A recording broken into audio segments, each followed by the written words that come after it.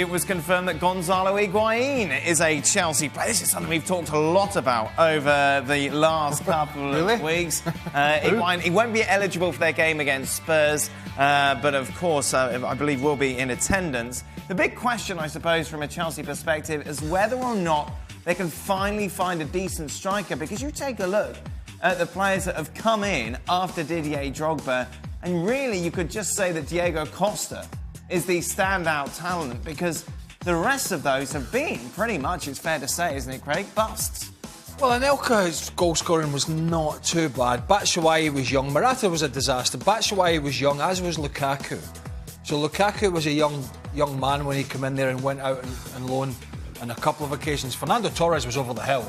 Yeah. And Ancelotti who was the manager at the time, didn't want Fernando Torres, but Roman Abramovich and his henchmen went out and gave Liverpool crazy money for him. And I think Shevchenko was just tailing off at Milan from that great career he had as a goal scorer. By the time he got to Chelsea, it was just falling apart a little bit for him. I don't think we're there at all with Higuain, but we are certainly in a Chelsea side that is getting asked more questions now at the moment, particularly the manager, particularly the way he plays, particularly his formation, his personnel within that formation. And I really think as much as they needed a striker, I don't think that solves the problems for Sarri. It will solve some of the problems, but not all of the problems. Stevie, obviously a lot of people going back to the time that he scored 36 goals under Sarri during that record-breaking season in Napoli. What sort of numbers would we expect from Higuain from now to the end of the season? I would expect 1 and 2 anyway. Right. And that will make a huge difference. You know, the two things are, number one, you get a centre-forward who scores goals. And if you look at Higuain, there's only one negative, and that is that people question his fitness and does he get around. But you can't question he puts the ball in the back of the net. And the second most important thing about Higuain coming to Chelsea is it gets Hazard out of that centre-forward spot and gets him to where he's at his best, wide-run at defenders. So this is a huge fill-up for Chelsea. Raph, what do you think? Is this going to be a success? Well, first of all, I think we have to understand that this is a victory for Sarri, because Sarri wanted Higuain in the summer. Higuain himself said, Sarri was the only one at Chelsea who wanted me, so I couldn't quite go. Well, now more people seem to have agreed with Sarri that he is the answer, or can at least do a job. So he got his will, but at the same time, now that puts the pressure on him to really now deliver with the guy he wanted to begin with. I agree with Stevie. I think releasing Eden Hazard in itself is already a huge boon, a huge bonus. I question the mobility of Higuain, and I question his ability to lead the line the way that Chelsea really need to. So these are my two issues. He's going to score goals. If people put crosses in, if they get into tight spaces, they feed him, he's going to do better than what they have at the moment.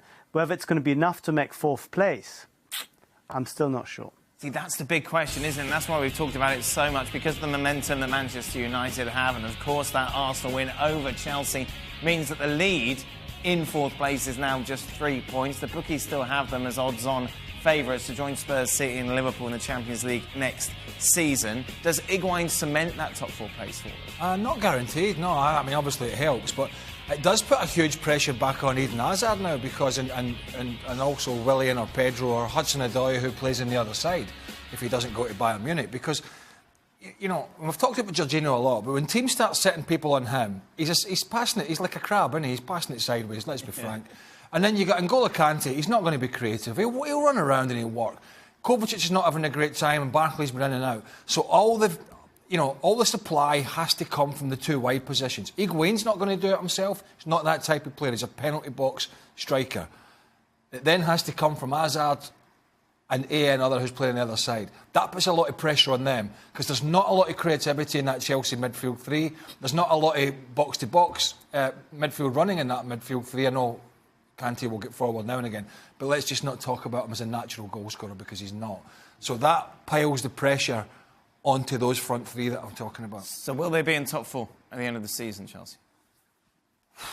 I think if Higuain gets the 1 and 2 goals, Stevie, I think just. Yeah, I think they will. Oh, are you more confident than him? I can't disagree with anything he said, but I don't particularly trust Arsenal and Manchester United. Yes, Manchester United are a runaway train right now, but I can't wait to see how they handle some adversity. You know, what will Solskjaer do? It's dead easy. It's dead easy when you Well, he won't throw his players under the bus. No, he won't do that. He'll crack on and regroup. It's the easiest job in the world when your team's just winning and winning. You don't really have to do too much. You just keep them happy and keep them fit. But when some adversity happens, I love to see how the players react. Right. And as I've said before, I don't trust Arsenal's back four. They were great last weekend, yes, but I don't trust them.